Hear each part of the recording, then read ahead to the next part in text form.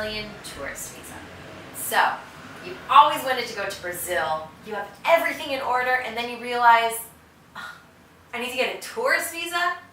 Not a big deal. I'm going to walk you through a very simple 4-step process that highlights everything you need to know to make this easy for you and get you on the way to the beaches.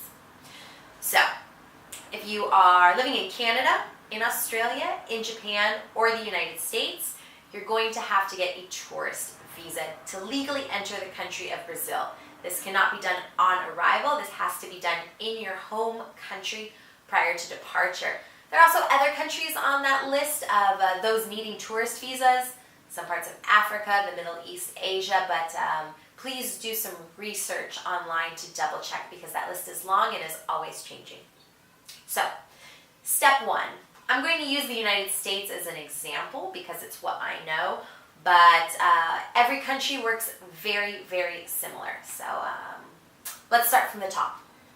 You find your consulate that deals with people living in your jurisdiction. So for example, in the States, there are 10 Brazilian consulates.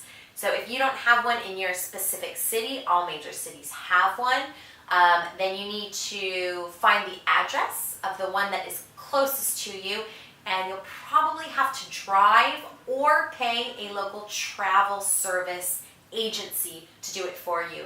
They often do this for a small fee, but it takes away a lot of headache and is very much worth it.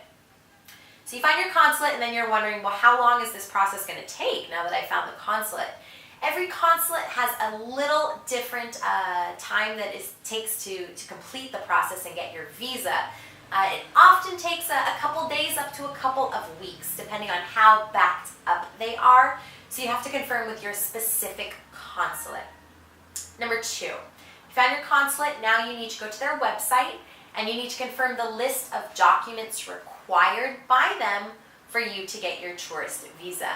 The rules change quite frequently. I will go over the major documents you will usually be required, but please, once again, double check and read thoroughly all the documents required by your specific consulate.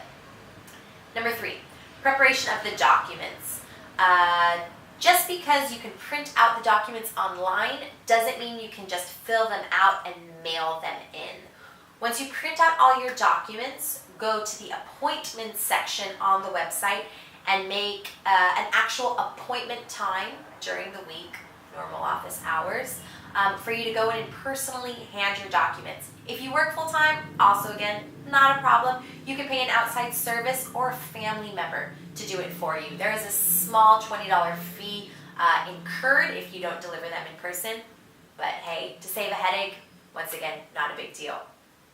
And number 4, then you have to submit all the paperwork. Once you have your appointment, you've printed everything out, you're going to have to go submit the paperwork, then wait just a little bit of time, and then you'll be on your way to the beaches of Brazil. Okay, all of this information is accurate as of March 2017, and I'm going to explain to you which documents you will probably be required to give. Number 1, you need a passport. So if you are in the U.S., you need an actual U.S. passport, not a copy of a passport. Confirm that this passport is valid for up to 6 months after your date of departure. So for example, if I'm going to Brazil in March, this passport needs to be valid up until September. Also, if you're a big traveler, make sure there are 2 full empty pages. You're going to need one for the actual Brazilian visa, which is very large, and a second page for the stamp of arrival and departure. Also, very often people forget to sign their passports. Make sure that your passport is signed so that it is official. Number 2, you need a passport photo in addition to your passport. This is a professional 2x2 photo taken on a white background. Do not take this picture yourself. Please go to a Costco or another professional photography studio. Pay, it's $5 or $10.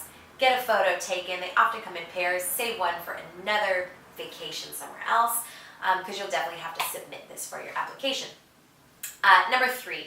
The online visa application. On your specific Brazilian consulate website, there will be an application for your specific tourist visa. There are various types of tourist visas. Choose the one that's most that's it you're going to be using. You're probably just going to be using a regular tourist visa, not a volunteer visa or a doctor visa, etc., etc. If so, find what's appropriate for you, click on it, open up the document, fill it all out. Once you fill it all out, you will receive a confirmation page online. Also print that out because that will have a specific protocol number for your visa, which you will need when you actually go and submit your paperwork. Number 4, a copy of your driver's license or utility bill. This is just showing proof that you actually live in that consulate's jurisdiction, so they know that they can legally handle you. Number 5, travel itinerary. This doesn't need to be a travel confirmation. In fact, I recommend not actually purchasing your ticket before you know what date you're going to be receiving your visa, because things get delayed sometimes at the Brazilian consulate. So what you do is you go online, you can make a travel reservation, or you can buy your ticket online. And most websites nowadays, they offer a 24-hour grace period to cancel free of charge.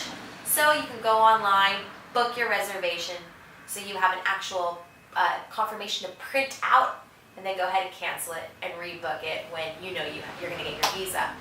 Or if you can find a travel agency, which they still do exist, you can go there and they can book out for you a confirmation of your reservation.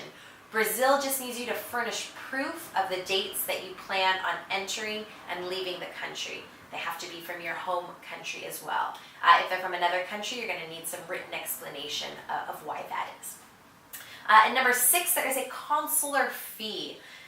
This is $140 if you're paying in the States. And the fees in Japan, Australia, and Canada are very similar. If somebody else submits the application for you, this fee is then $160. You cannot write a personal check, or you cannot give straight cash. It has to be an actual money order. So you go to the United States Post Office and you ask them to write out a check to the Brazilian consulate for $140 or $160. And, well, that's about it, really. You have your 6 documents, you have your 4 simple steps, you get it all together, you have your appointment time, go there, submit your papers, get your visa, confirm your flight, and then you're on your way to working on that tan, dancing all night long, feeling the sand in your toes, hearing the music, and just being a part of this marvelous country of Brazil. If you have any other questions, doubts, need recommendation or advice, I'm available for you personally. Just email me here and let me know what your questions are, and I'm happy to answer them. Well, boa viagem. Beijo.